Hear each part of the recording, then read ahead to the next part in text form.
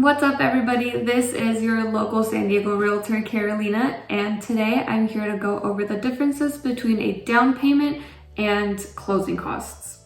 But most importantly, we're going to talk about how you can spend the least and save as much as you possibly can.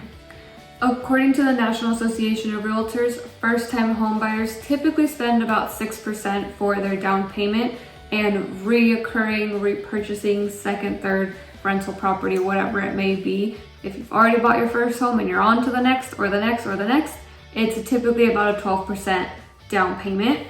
We're going to break down the down payments into the 3 different loans that are typically offered. First is the FHA loan, and that is typically a 3.5% minimum down payment. Your credit score must be a 580 or above, and this loan is restricted to first-time home buyers and homes that accept FHA loans. There are some sellers that will not accept an FHA loan. Secondly, you have the conventional loan, and that is a minimum of 5% down. The credit score must be 640 or above and is less restrictive than an FHA loan. The conventional loan is a bit more accepted compared to the FHA loan. You have a better credit score. Your down payment will be higher. Third is the VA loan. The VA loan offers you 0% down, and your credit score must be 620 or above. However, this is limited to only veterans.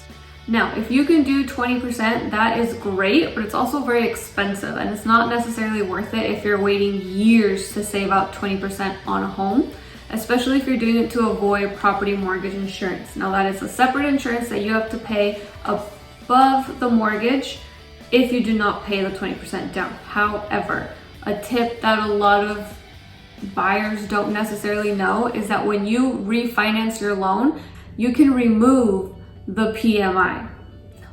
Then your monthly mortgage payment is only the principal, interest, taxes, and insurance. But if you don't refi, if you don't have that property mortgage insurance removed, then you have 5 different things you're paying for.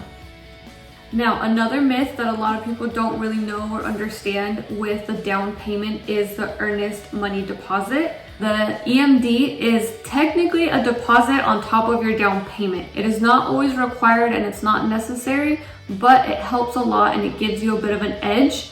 It's typically 1 to 3% of the purchase price that you'll be paying within 24 hours of getting your offer accepted. It's basically putting your money where your mouth is. It's showing that you earnestly want this home, which is why it's called an earnest deposit. However, this deposit gets reimbursed into your down payment. So let's say your down payment was going to be a total of $9,000 and you put down $5,000 as your earnest money deposit, then you'll only pay another $4,000. Closing costs are typically 1 to 3% of the purchase price. However, the higher the purchase price, the higher the percentage it can be. That includes property taxes, prepaid interest, proration, loan charges, title fees, escrow fees, lender title insurance, homeowner's insurance, mortgage insurance, recording fees, and a whole lot more, because that's a whole lot of stuff. But your closing costs can be negotiated. This is something that you 100% need to talk to your lender about, because some lenders are capable of offering you a credit of having you pay less, having you pay none at all. When you talk to your realtor about closing costs, this is something that the realtor can also negotiate with your offer. Let's say you're paying a 20% down payment, then you can technically say, I'll give you 20% down, but I'm not paying for closing costs. And that's an offer that is easily acceptable because of how much you're putting down. However, right now in a seller's market, the buyer has a better chance at paying all those closing costs to get a more edgier, better looking offer.